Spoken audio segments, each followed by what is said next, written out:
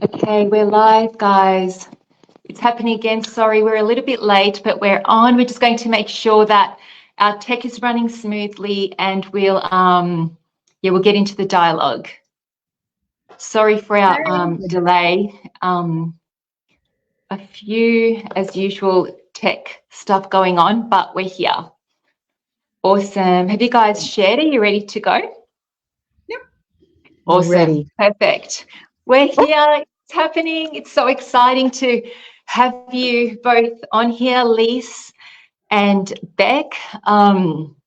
Two very beautiful, special people that I know, and that I can't wait to dialogue with you both this morning or this afternoon.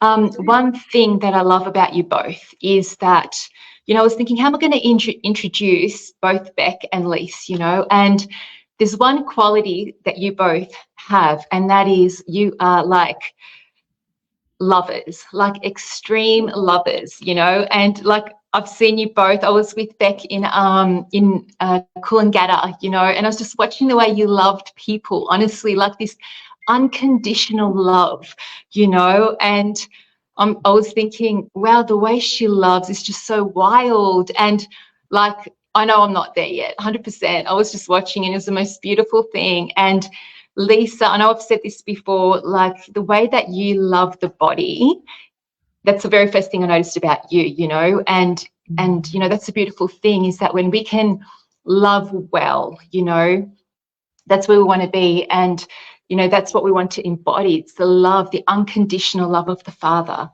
on this earth. And that's one thing we want to dialogue around is the body, it's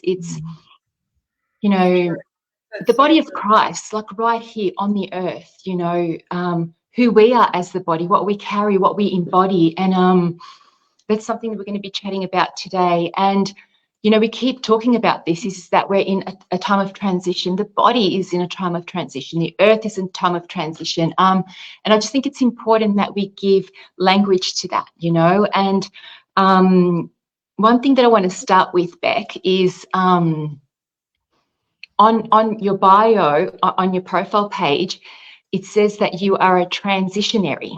In inverted commas, and that really caught my attention when I was thinking, okay, what are we going to be talking about today, So do you want to elaborate? Do you want to share a little bit about what that actually means?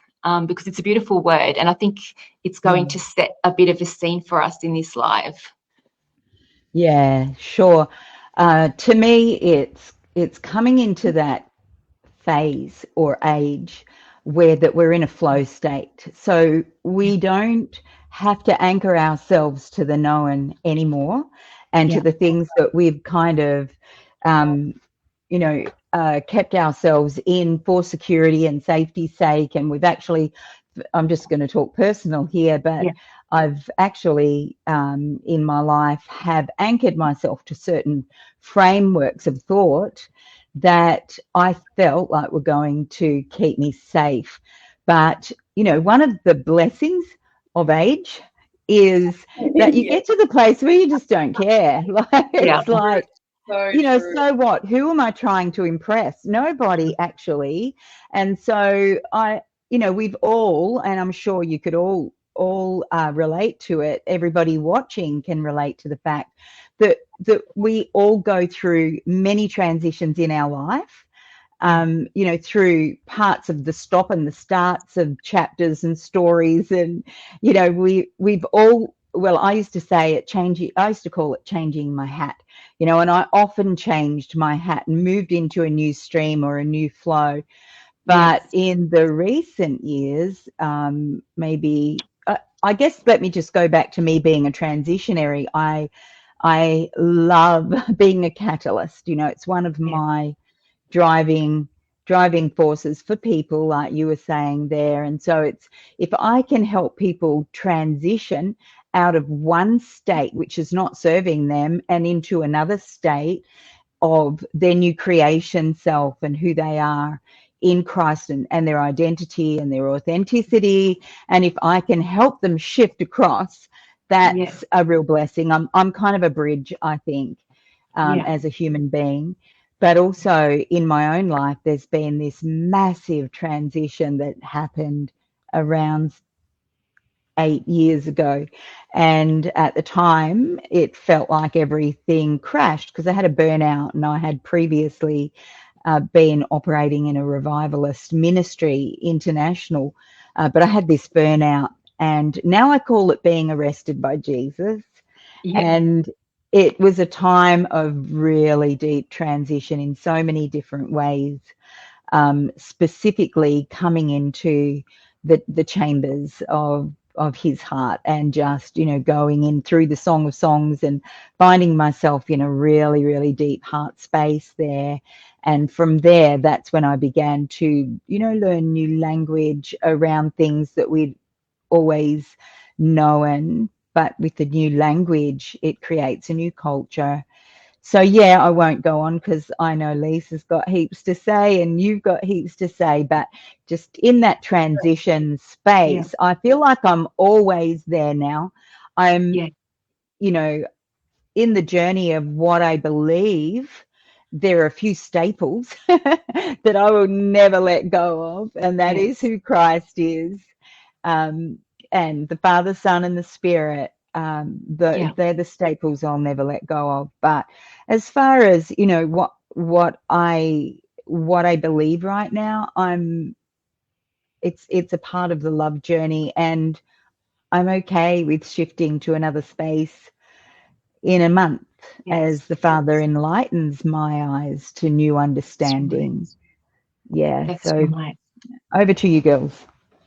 Yeah, I love that, Beck. It's so in line with my belief system, you know, around that we're not actually sedentary, like we're constantly moving forward, you know, in every aspect of who we are, in our thought, you know, in our bodies. We're constantly growing. And one thing that Kirby said that was, you said it as well, but was a new concept for me a while ago, was that he said you have to be okay that if I believe one thing today and then I'm preaching something else in a month and it's changed, you need to be okay with that, because we grow in revelation, like we grow in understanding, you know. And that's I think that's the transition. When we transition from that, you know, stuck way of thinking of like, this is what it is and this is how we do it and this is just where we're going to stay for the next, you know, 100 years or whatever.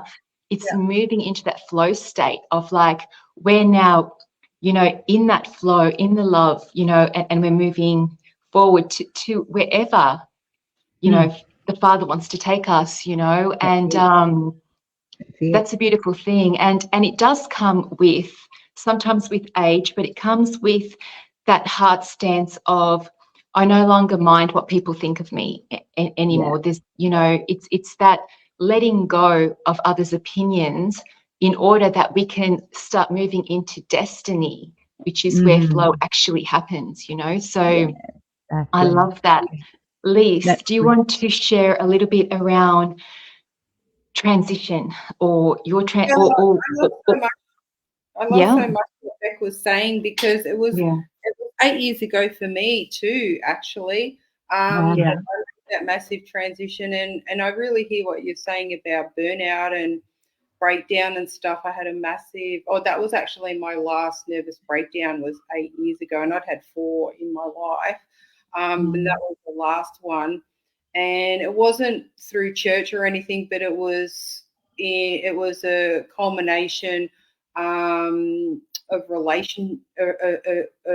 experience in relationships, and so you know, just a history of domestic violence and like broken relationships and stuff like that, and assaults and blah blah blah, and so you know, that was that was a lead up to, you know, a nervous breakdown. And I moved into this house on the beach 8 years ago, and that was a massive upgrade for me. And I lived across the road actually from this house, just in a little, you know, fibro house on the creek, and I always wanted to live on the beach. You know, that was my dream, and my heart desire was to always live on the beach. And I finally got a house across the road from the beach. And I'd gone through this nervous breakdown. I wasn't working or anything like that. I wasn't able to work. And I had a dream one night, and in the dream, the agent came into my house, and my house was all dark and dingy, and it was a real metaphor for how my mind was at that point in time.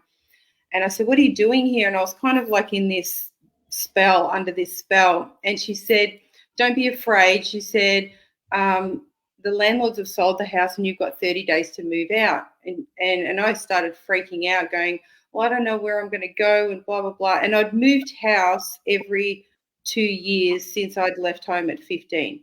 So I'd lived a life, a pattern of being very displaced and moving on and just not really settling anywhere. And, just always keeping on the move. And my kids had been a part of that experience as well. And so I was freaking out, and she was like, "Don't worry, like, we have a house right on the beach for you, Lisa. Like, you're going to love it, right?" And so I woke up all of a sudden, and I was like, "God, this better not be a prophetic dream, because I really don't want to move. I want to stay on the beach." And I just kept seeing this negativity. I kept seeing my pattern.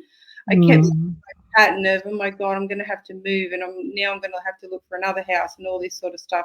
And at that point in time, like, my belief system just didn't believe that in the transition, I was transitioning to something that was upgraded, right?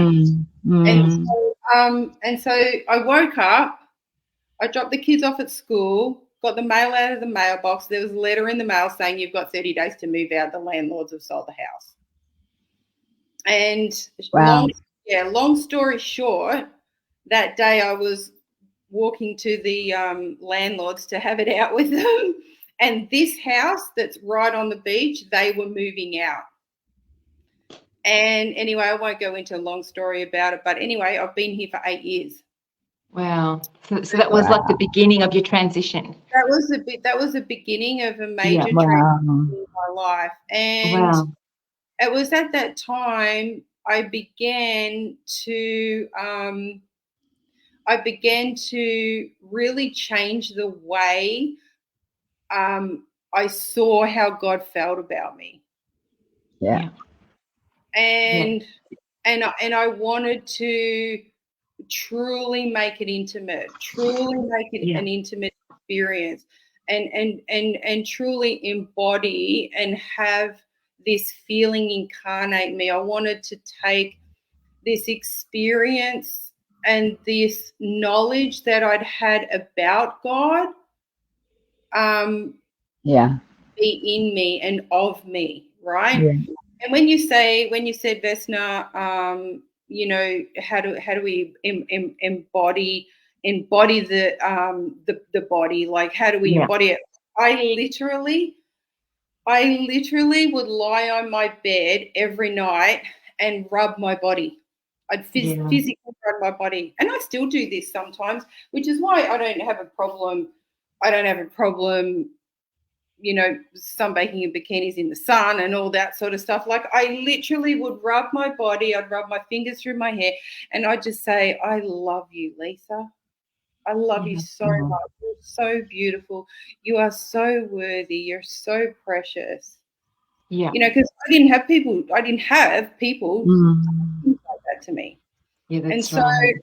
And I would just speak over myself, and I would literally just begin to create an experience with my physical body. That's how you begin to embody stuff.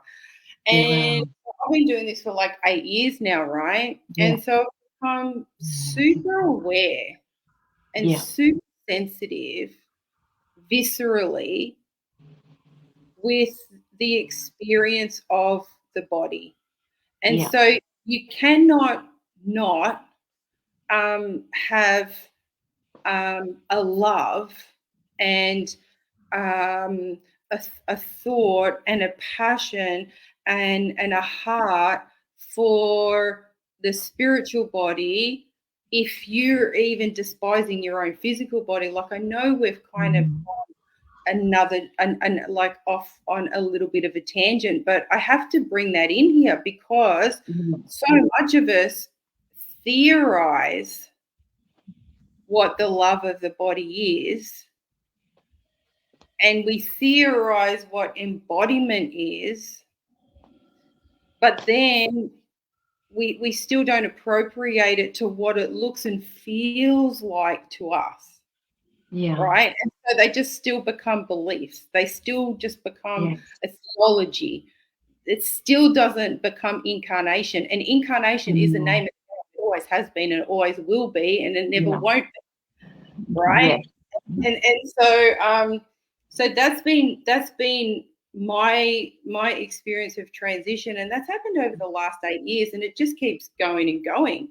Yeah. Well, that's right. Well, that's the thing, isn't it? Like with what Beck was saying, is that it's this constant flow of transition, you know, and we're constantly growing, we're constantly evolving. And I know for me, like I can pinpoint where I can pinpoint the catalyst. And for me, it was listening to Christopher Blackaby when he was in 2020, and he was talking about the 30, 60, 100-fold teaching. And it was like this series that he done with Joseph Sturgeon. And I've shared that with so many people back then, you know, and it was the realization of I'm in the 60-fold, and there's nothing wrong with that. And it was a beautiful journey, but like it's transitioning into that 100-fold and what's available, you know. And Beck, I'd love for you to share a little bit around like what can 100-fold look like?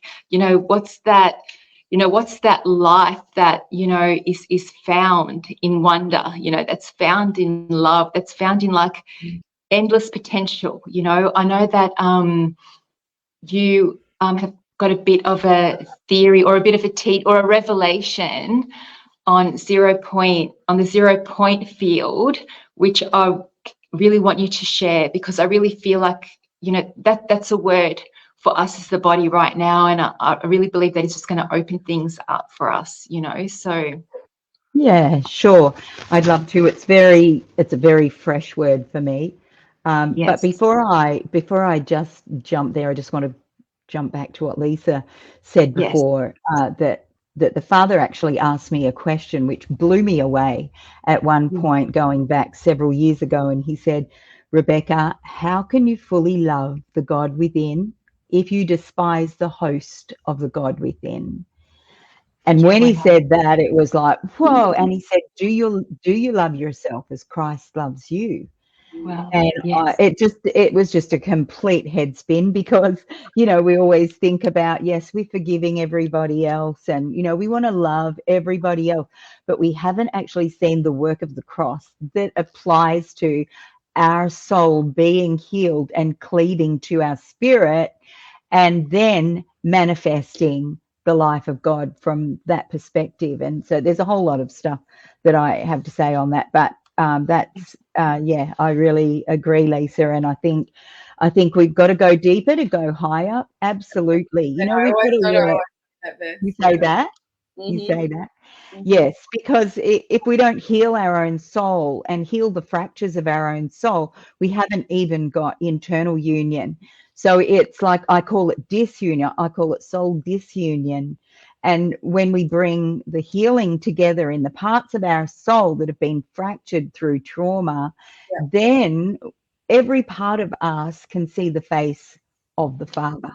And so that's when we're all born of the Spirit. You know, every aspect of us becomes cohesive and in union. And of course, we're all talking about union. We all want union. You know, it's the thing. And, you know, our spirit is in full union. And, you know, we know that Christ came. He's the lover of our soul. He came to woo us. And our soul is actually the lover of the Song of Songs, in my perspective anyway. But as far as the 0 point field goes, it was something that was revealed to me a few weeks ago. We had an event called Smashed. It was a retreat. HWOB Without Borders had a retreat in Melbourne called Smashed, and One of the things the Father had said to me, and we've been doing these smashed events yearly, but the first time was it's got to be without an agenda.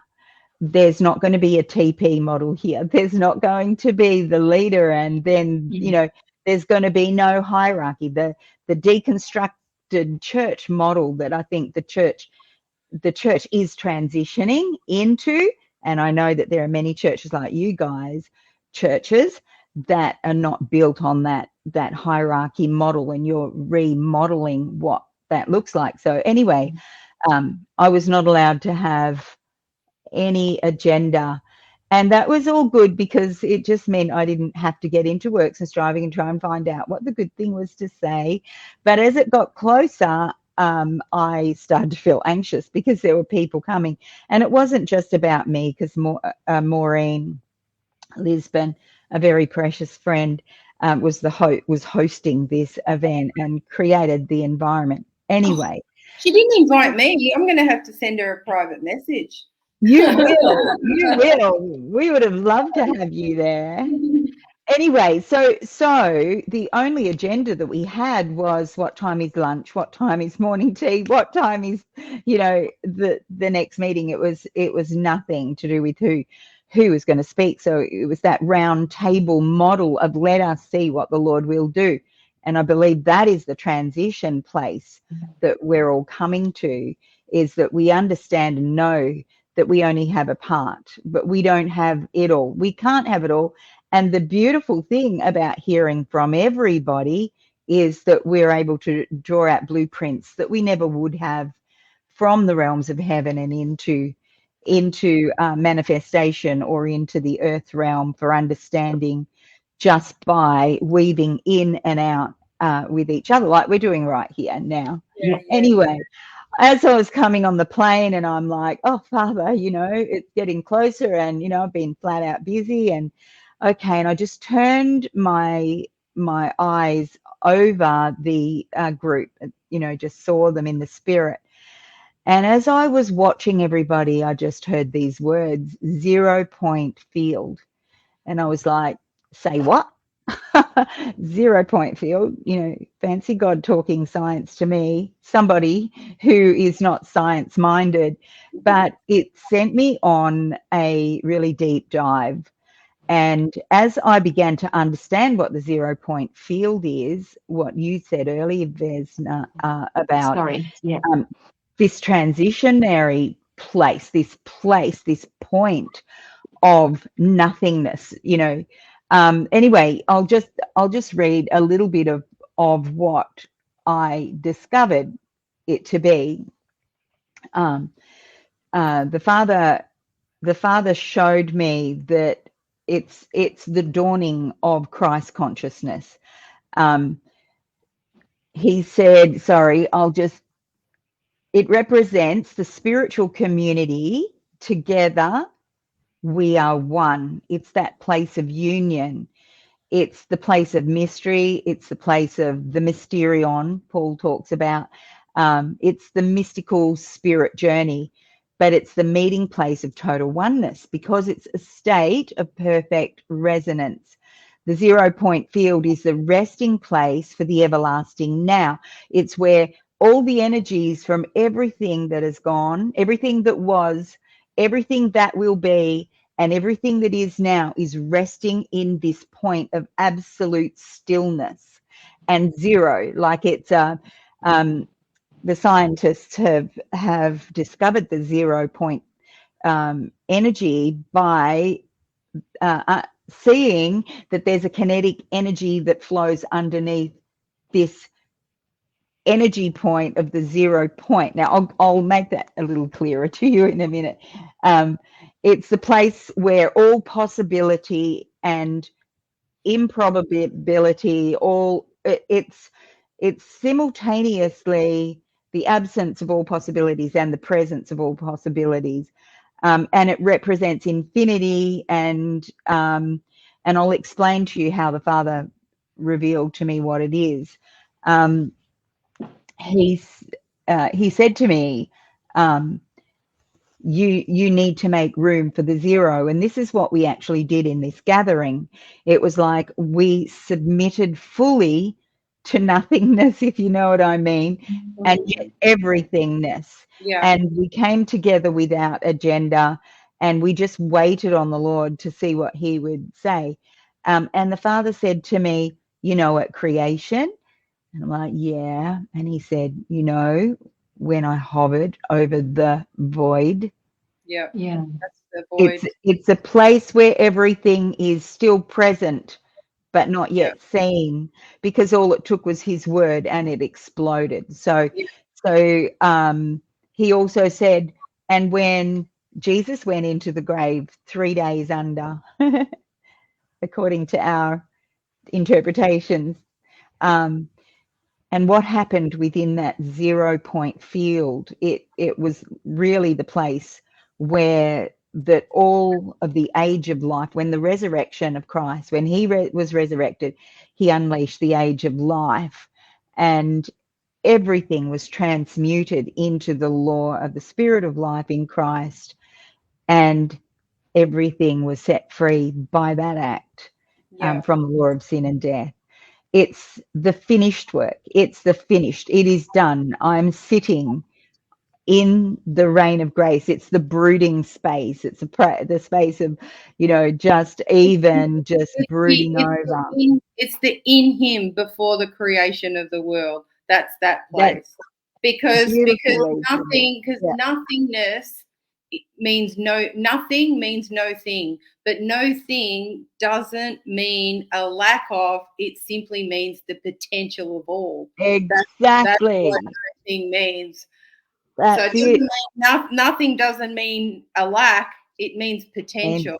Exactly. Yes. And the thing that we're all caught up into, I reckon, a lot, and we always have been, at least I have anyway, is the fear of missing out and the fear of sitting in nothing. So even to the audience today, anybody who's sitting in and they feel like everything is being deconstructed, they don't know who they are anymore, they don't know what they believe anymore, they don't know, things are just so shifted in this move of transition, that it's okay to fall back and just land in that space of nothing, because out of, like Lisa said, exactly, out of the nothing is birthed everything. But we have to be allowed, we have to allow it, rather than run, do. So we're moving out of what Lisa said earlier, the doing, and into the being.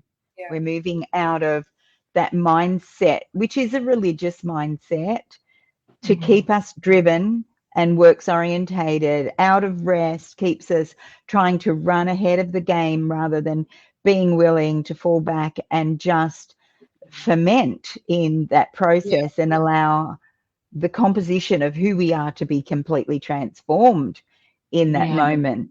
I think, what do you guys think? I think language has a big part to play in this, because I think people attach to language too much, right? And I love that and Kirby's been preaching on this a little quite a bit actually, but I love how at the day of Pentecost, when the tongues of fire were divided, right? And I had a visitation from the Spirit of Counsel once, not too long ago actually, at the start of the year, in my car, and I'll say he because it felt like a he, said to me,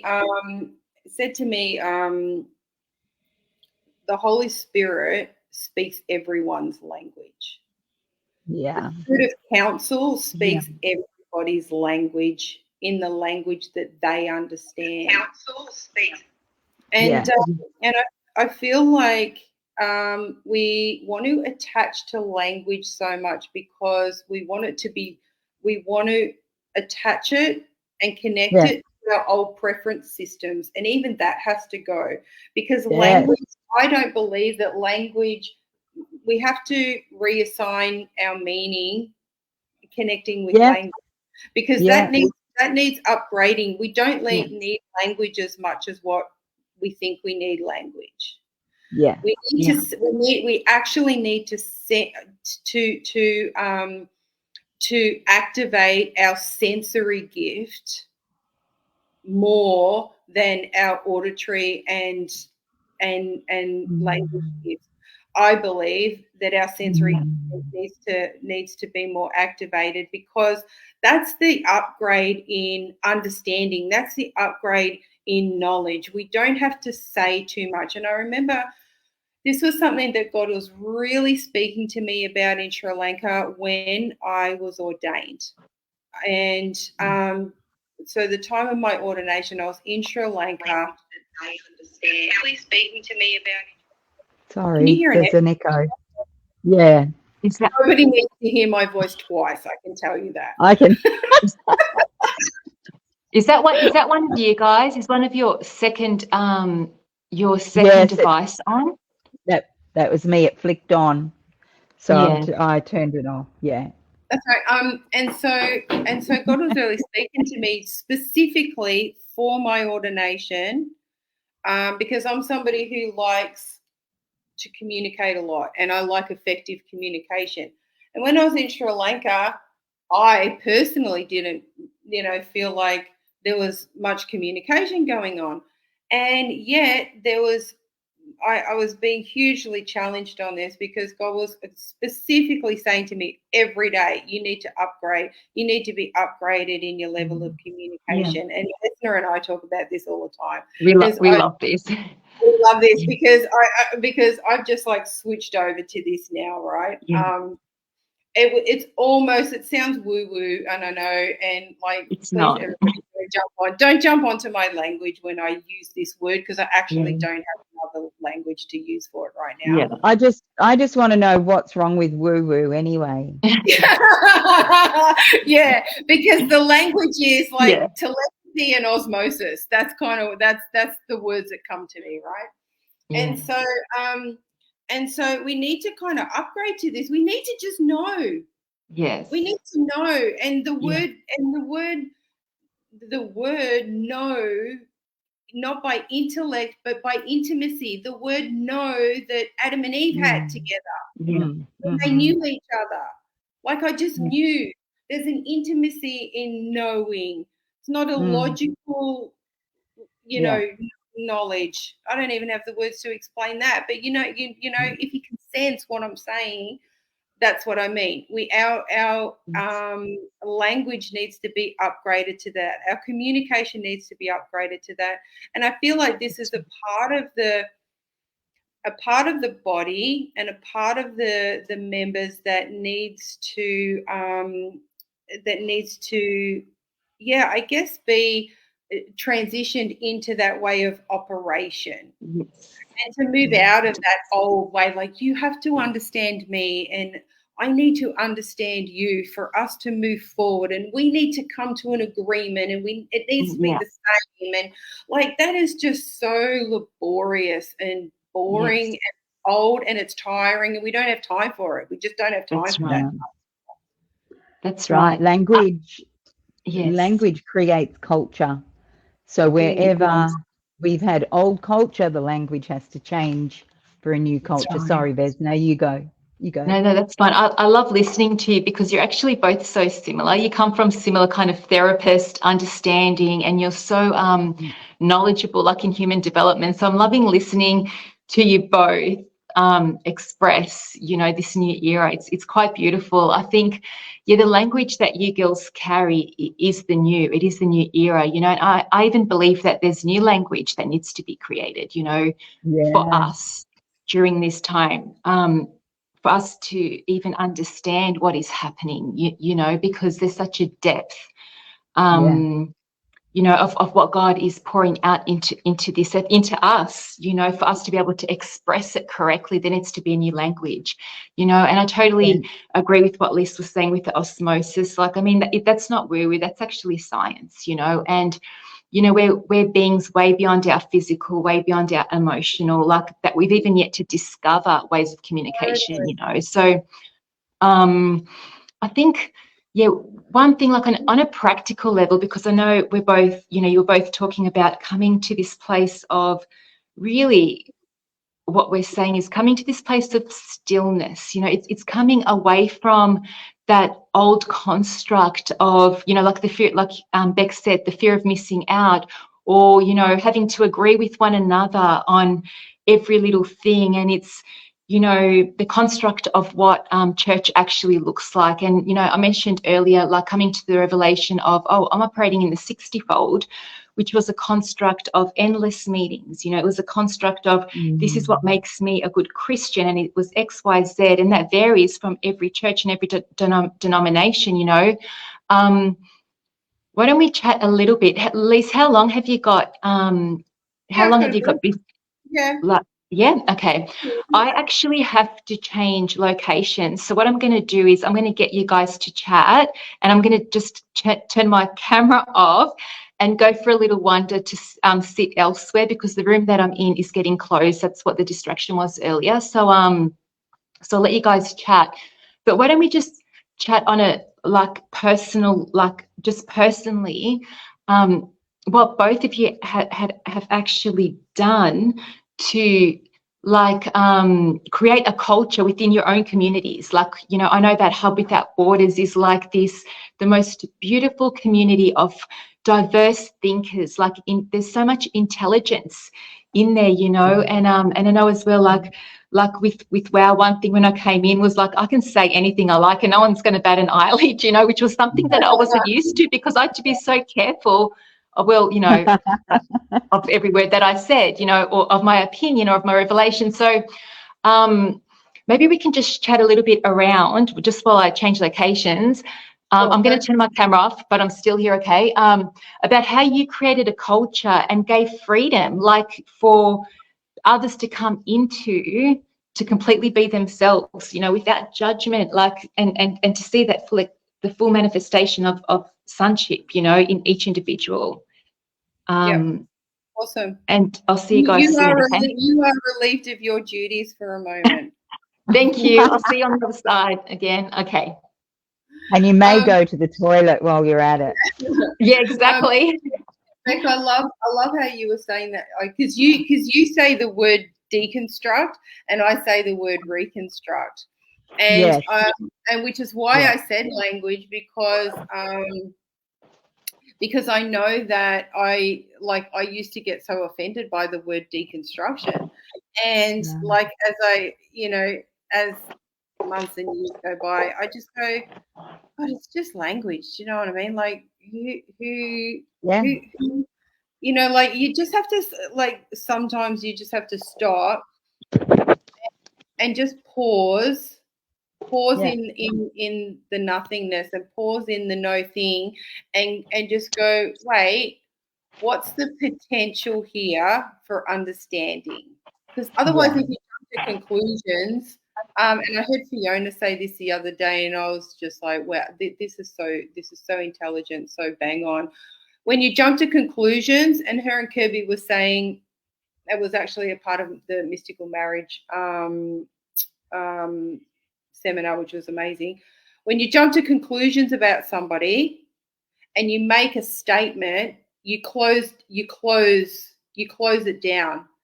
And when you close it down and you shut it down, right, it's not open for any more potential. You close off the potential to understand. You close off the potential to grow the relationship. And I just thought, bloody hell, that's so beautiful. That's so spot on. And don't we just do it all the time? You know?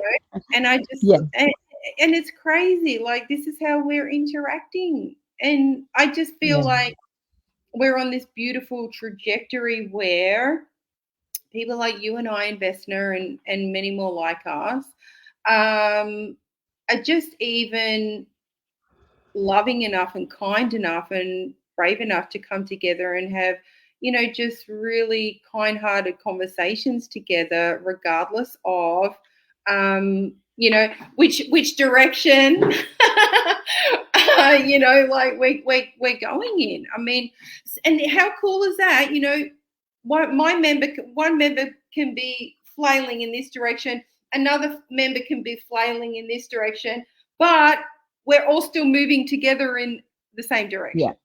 Yeah. And That's right. It's really, it's still called cohesive. yeah, and it's really about putting on the shelf that which you do not understand. And I think exactly what you said about language, because we all have an interpretation on the language that we've been raised in. And so we jump to our own interpretation of it. And, you know, also when it comes to changing language, and I've had people say to me, but why don't you just use the same language that you used to use? You know, I understood it then. And I really understand that feeling, because I remembered when I first went to a conference with, I think Ian Clayton was speaking, and I was like, what is he talking about? Like I couldn't understand it. But what happens is it creates a familiar brain pathway interruption. And in that interruption, it gives you that space to go, what? So, you know, even words that we've used like righteousness and new creation, you know, we've had this interpretation around that language that means that we don't have to even think. If you say table, I know what table is, but if you use a different word for table, I go, what? You know, and you stop and you go, what? But it allows for the interruption of the Holy Spirit to come in and to create a whole new realm out of what we thought we knew all about because we'd read the doctrine. And so now we're all awakening to the fact that it is really important to have new language introduced by the Holy Spirit, that we're not afraid to use language like you used before, because our interpretation of those things have been things we've feared. But when, like the mystical journey, your mystical woo-woo, as you said, you know, that would be something we'd run from. But you look at Paul in the scriptures use mysterion, I don't know how many times. And all it means is those who believe in another realm other than the one that they can see. You know, there's a few definitions of it, but, you know, let's just take all of the interpretations or doctrines off those words and let's have them back, thanks. Because it actually describes something that we really want others to understand and know. So if someone goes, what? Stop, what did you say? What do you mean by that? It creates that brain pathway interruption and allows for more revelation, more enlightenment, more truth. And then they can come up higher than, you know, where we've been before. And you know what, though? It's really interesting, though, because it actually works the other way as well. Because when I go to work with teenagers, right, which is what I do, I go to work with teenagers and develop and facilitate a program of AOD, drug and alcohol. Yeah, wow. And I'm facilitating a program with them, right? And around mental health awareness and addiction. I can't like, do you think I can use the language that I would use with mystics or a religious group? Yeah, now, that's right. So how can I get the same message across, get the same outcomes that I want to get the same breakthroughs and the same awareness, open the same gateways and the same portals, okay, without using the same language? Because I can. Yeah. But it requires me to humble myself and not come off sounding intelligent, okay? I have to humble myself and use language that they understand, which I actually struggle to use because I'm like, God, how can I dumb this down any further?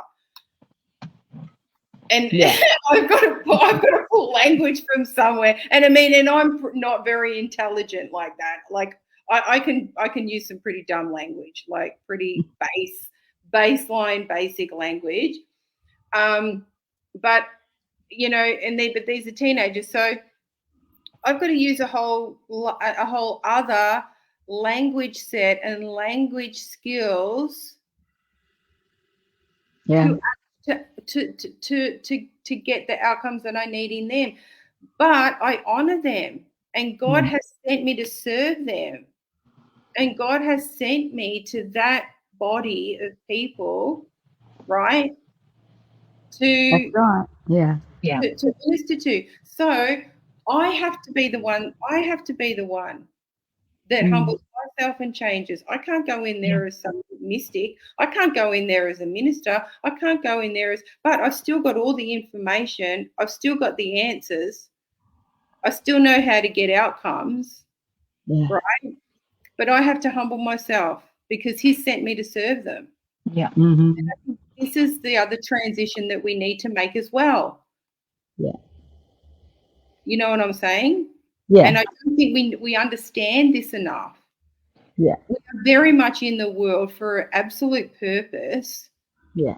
And yet we're still quite stuck in our ways, in our religious perspectives in that sense. Does that make sense? Yeah. And so we don't transition, we don't become flexible in where we are and who's in front of us. It's why I love what Paul says, that he can be all things to all men. Yeah. Good. And I mean, you'd be the same. You'd very much be the same, Beck. You know, you've got huge family, huge community around you. You know, you're so much involved with the disabled community. I mean, you can't just go around, being a mystic. I mean, we're talking about earthly things here. Yeah, can I? Yeah,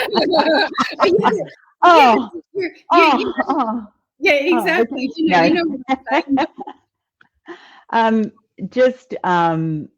Yeah, for sure. It is that flexibility, and just kind of shifting it, I guess, for a minute to what Vez asked before too, for us to talk about is how did we create that community? And I guess, for sure, I worked in the high school for many years, 10, 15 years, and isn't this true, Lisa and Vez? It's a heart connection. Like, you have to make that heart connection to create a conduit, a flow, because it's actually not what you say, it's who you are. And as you become that person to them, it's the love connection that makes them flexible and open to hear what you're going to say or what you might help them with. But just jumping over to the community thing, then, when it comes to my story, then, I had a group of people around me when I was doing revival ministry and who traveled with me a lot.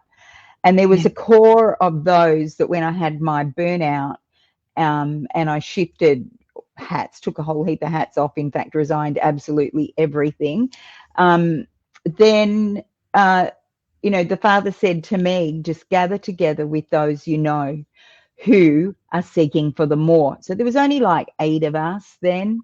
And I didn't want anybody else to come. It was like, I just need to find my own way through this. We're going to step up into ascension. We're going to learn how to come up here into the higher realms. We're not going to operate in the lower dimensions, as sons, daughters, whatever. And from that perspective, there was this, it grew and it grew, of a group of people who were all on the journey like that. And from my perspective, I began to really understand the reality of, deconstructing, sorry, Lisa, the system and the system of the hierarchy. And I am qualified to bring it to you, and you're not qualified to bring it to me. Mindset, which kept everybody in a baby state. They didn't get to exercise who they really were, and they didn't have a voice, and a lot of people got shut down. Anyway, from that perspective, we began to flow in and out, and I was afraid of leadership then.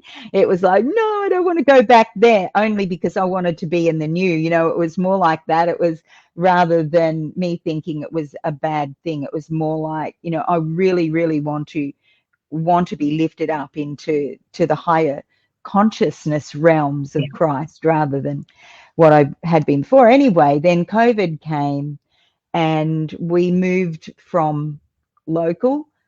We've still got a small local group, but we went to online.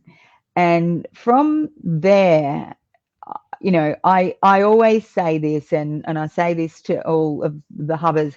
I don't know how God did that. I didn't do that. You know, we would certainly get sent people. Justin Abraham would send people to us, you know, who were looking, and people would come and other people would come and they'd jump on Zoom. And I have to say this, the quality of people, like you said, the quality of people are so profound that I want to sit and eat from their table. So I certainly don't want to be the one bringing it. You know, I probably bring it once a term, if that. But, you know, I want to hear from everyone. So people, you know, there is a core group of people who we hear from regularly, but people know that when they jump on, you know, there'll be someone facilitating the group, and like I said, it's not me. It's not often me. But it's just growing and growing and growing and growing. And I've seen people within the Hub Without Borders starting off in a space where they're still like, oh, you know, am I going to be kicked out, kind of a thing. But they learn to have confidence. And when we're in a Zoom, and I'm sure you guys are all the same in this, but you know, you can bring something, a nutshell, and then you're like, okay, let's see what the Father would say through you. Who wants to say something? And someone would come. We just had that on the 0 point field one we just did the other day. Some of the stuff that the other guys brought was like, boom, you know, wake up. It's like, yes, that's it. I'm really getting a deeper revelation of what the Father was saying to us. And so it's all to do with understanding. I think it's not just about being respectful and being honorable and, you know, making sure you love one another. It's not that. It really is just a mixing bowl where the Father went turf, all of this ingredient, and then he stirred it all up, and then he goes, voila, and you end up just going, how did he do that around about me? How did he build this community around about me to who we are now? And so, like I said, we do have a local group. We meet every fortnight night, and then once a month on a Sunday morning, and just follow through with that same new blueprint that we believe that the Father has designed for us to operate in. So that's kind of where I'm at. I do love. I wanted to say too, just about love. Love works in you, doesn't it? Like those who've been ground down, you know, the fragrance is love. You stay wounded, or you become the manifestation of love. Yes. That's totally right. I agree. It's exactly, it's the manifestation of it. It's actually believing it. Otherwise it's just theories and theories. You're just reading it from a book. You're not the book. And to be the book, you've got to eat it. You've got to eat the scroll. That's it. That's right. Yeah, wow. I love hearing this. I love hearing both of your versions of like, what does a, you know, healthy community look like, or what does a healthy dialogue look like, you know, which I think needs to be talked about more often, you know, so that others can understand that, you know, their opinion does matter and their view does matter, and they can contribute. You know, I just feel like, you know, it's not just the church system, like it's not just the old structure of the church system. It's like the whole structures in the world, you know, it's the education system.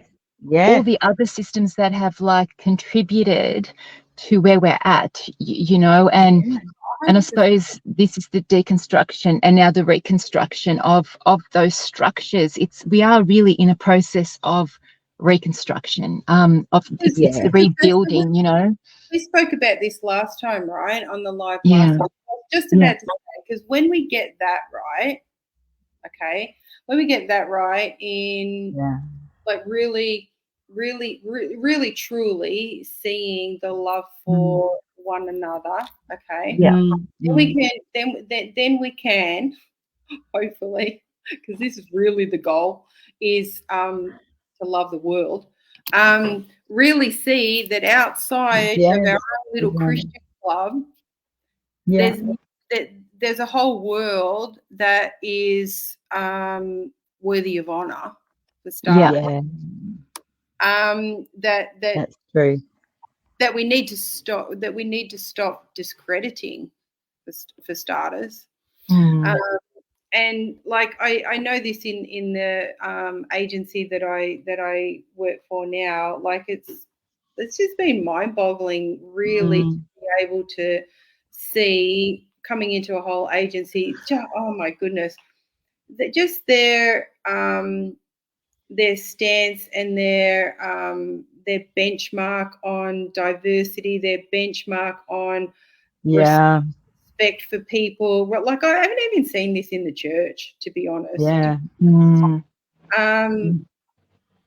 It's amazing, and I'm learning so much. And I know Dr. O was talking about this, and you know, Kirby's the same, and my friend Taylor Remington say this all the time. I mean, we need to be educating ourselves, for crying out loud.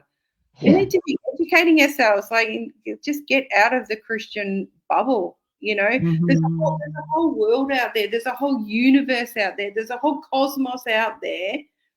And yet, as a church, we've still been stuck in this micro paradigm of, you know, like, it's just being shattered. Yeah. So true. Yeah, that's right. Girls, I am going to love you and leave you because I need to be somewhere.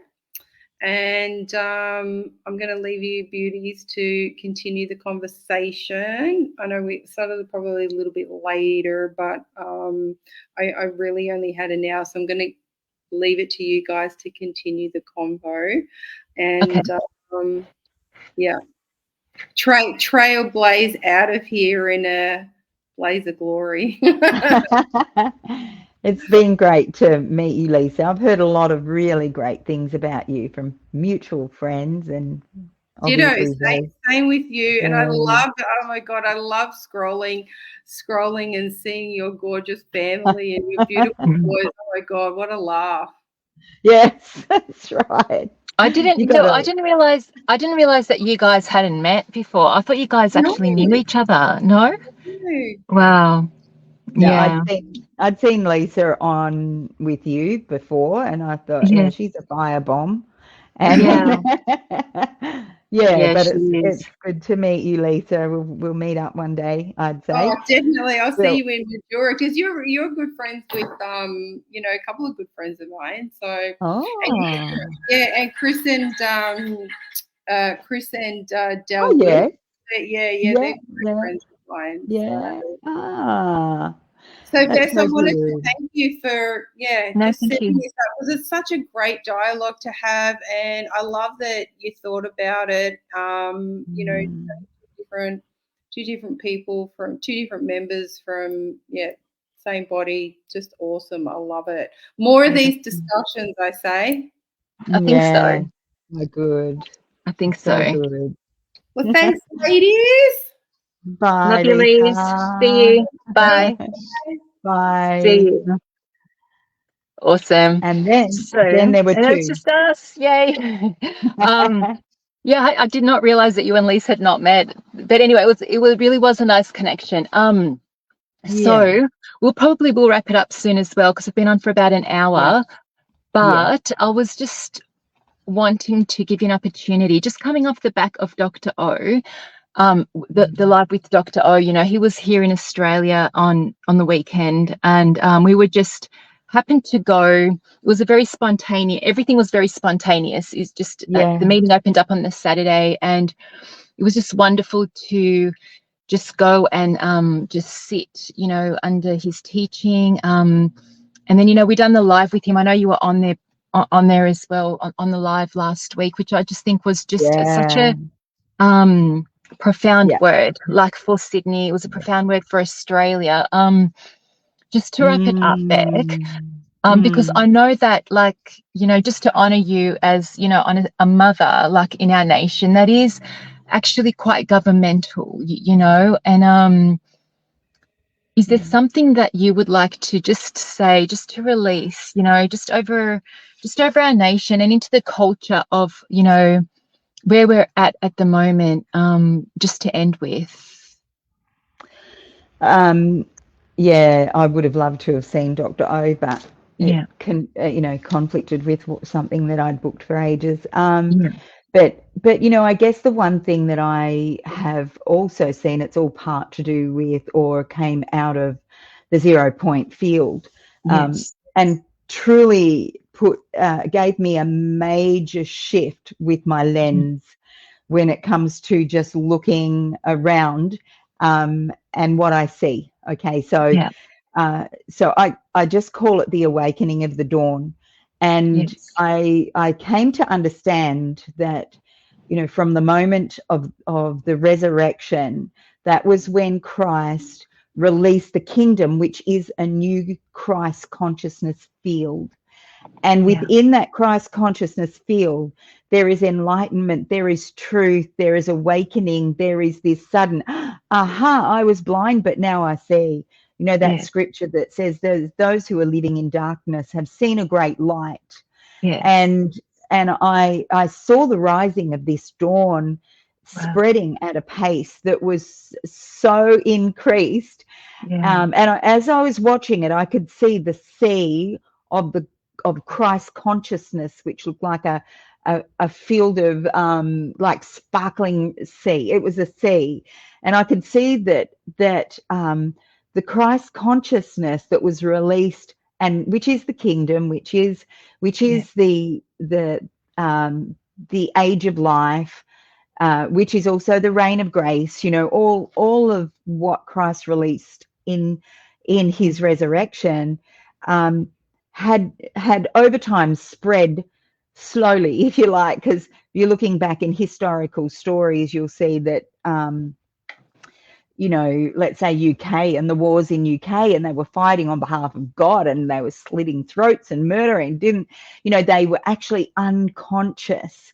So it was like they were all living in darkness. But as time has gone by, this dawning over humanity has increased. And then, you know, now we're no longer in that space where that you're allowed to just slaughter people under the name of God. Well, I know some countries are still unconscious to the Christ spirit, to the Christ truth, and so they're still living in a darkness state. But what I saw in this was that the dawn had risen, and the morning star had risen, and the Father was showing me that it's coming quickly now, when the whole earth is going to be governed by the glory of God, because there's such an increase that is spreading across the world now, where people are really coming alive and unlocking from a religious mindset and a religious dogma and doctrine into the living story, you know, into that relationship with Christ. They're coming to understand what our inner Christ spirit is all about, and awakening from there. So having said that, as a hub, we do governing every fortnight, and we've been releasing the dawn. And in the spirit, we are watching the dawn come across Australia. And in that, we see that people's eyes will open. And the more that we, you know, have people who are, you know, like Dr. O, but it doesn't have to be Dr. O, it's us, it's you, it's me. And we're bringing the light, we're bringing the truth. And the more we do that, then it multiplies and it multiplies and it multiplies until you know, this is my view, is that, you know, there'll be someone laying in a bed who has never even considered Christ, and the dawn will come upon him, and they will wake up, and suddenly their inner Christ spirit will go, that's my dad, you know, Abba. Yeah. And they'll awaken, and we're seeing that through some of these war-torn zones now. There's testimonies really incredible of the appearance of the Spirit of Christ in places where that people don't they hate him or don't believe in him. So I feel like we're at this phase right now. You know, people can lock into the lower dimensional prophecies of doom, and they can lock into that. And you know what happens then? They add faith. So they're mixing faith with all of the gloom and the doom and the prophecies of doom, right?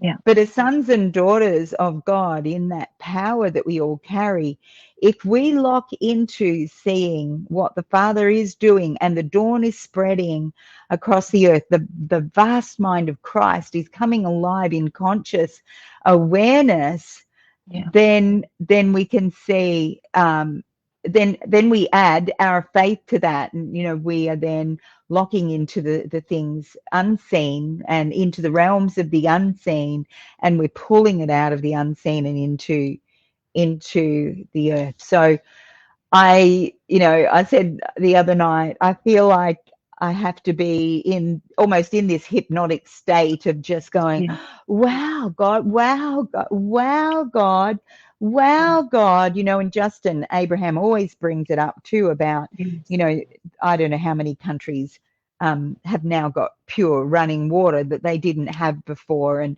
the world is actually advancing. And yes, we do fear things, and particularly when we hear them, we might conceive them and want to go that way of fear.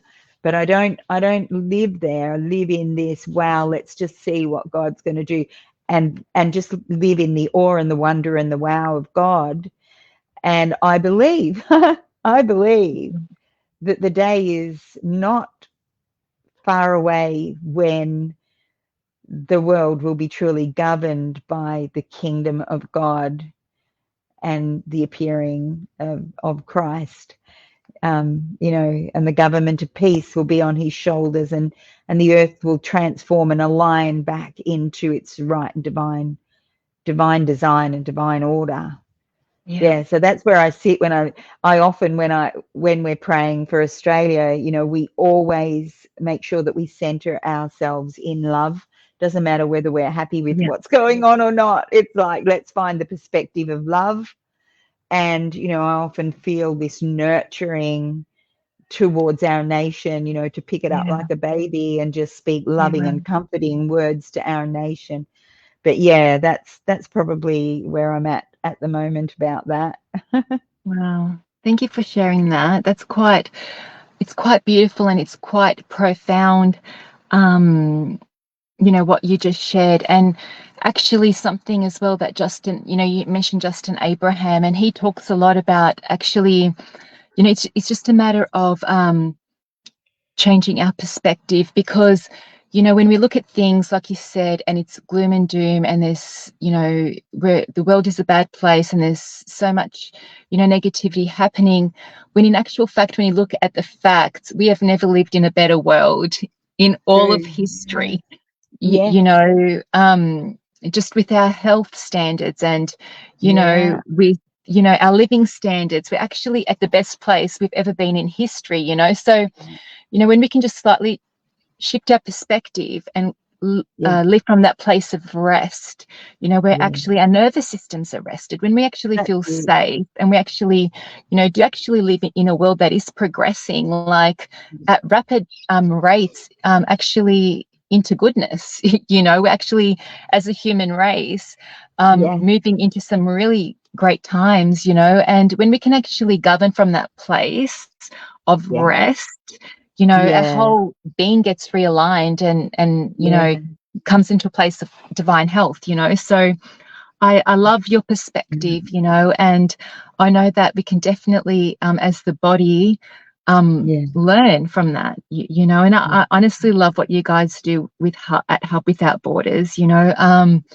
I know that when I first met you, we met you on Zoom. Daniel David actually from memory, That's right. Daniel David introduced us on that Zoom, and it was just so beautiful to see, you know, a community like this in Australia, you know. And it is a very gorgeous community, and I know that we've met a few of them like live in person, and just the love, honestly, that's just you know, poured from you guys. Really, it's manifest, you know, like we were saying before, they're not just words that we actually love, it's manifest on the earth through people. So thank you for creating that space in our nation. And and it's just going to grow. It really is, like you said, as that dawn just moves over our nation, it's just going to grow and expand, and it will be at an accelerated rate, you know. So it's exciting. It's wonderful.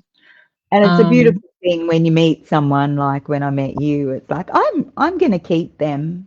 Yeah, that's right. Yeah, you know, exactly. Like, that same vibe of love, and you can, I've met them before I was on earth, I'm sure. Yeah, the that's bond right. Of spirit is linking. It's alignment, isn't it? It's that entanglement. That's what I was thinking earlier as well. Like, you know, before we got on, I thought, I just feel like I know Beck, like, you know, we're entangled, we're just going to get on and we're just going to chat, and it's all going to just align and come together. So thank you so much for coming on and just sharing from your heart. And I know that I've learned so much, and I know that like the listeners as well would have just taken hold of you, you know. And so thank you, Beck. Oh, it's my pleasure. Thank you, darling. And we'll chat soon. Yeah, cool. Thank you. It's been great. Thank you. Bless you. Thank you. Bye. Bye, darling. Bye.